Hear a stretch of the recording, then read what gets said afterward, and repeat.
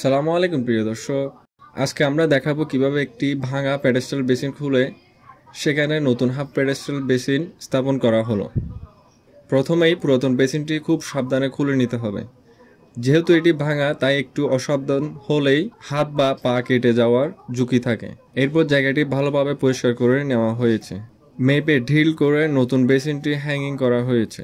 এখন নাটগুলো টাইট করে দেওয়া হচ্ছে এবং লেবেল দিয়ে দেখতে হবে সঠিক আছে কিনা। অবশেষে নতুন হাফ প্যাডেস্টাল বেসিনটি সম্পূর্ণভাবে স্থাপন করা হলো। এই ভিডিওতে পুরো প্রক্রিয়া দেখানো হয়নি, শুধুমাত্র একটি ধারণা দেওয়ার চেষ্টা করেছি। ফুল ইনস্টলেশন ভিডিও দেখতে চাইলে আমার ইউটিউব চ্যানেল MSS বাংলা ঘুরে আসুন।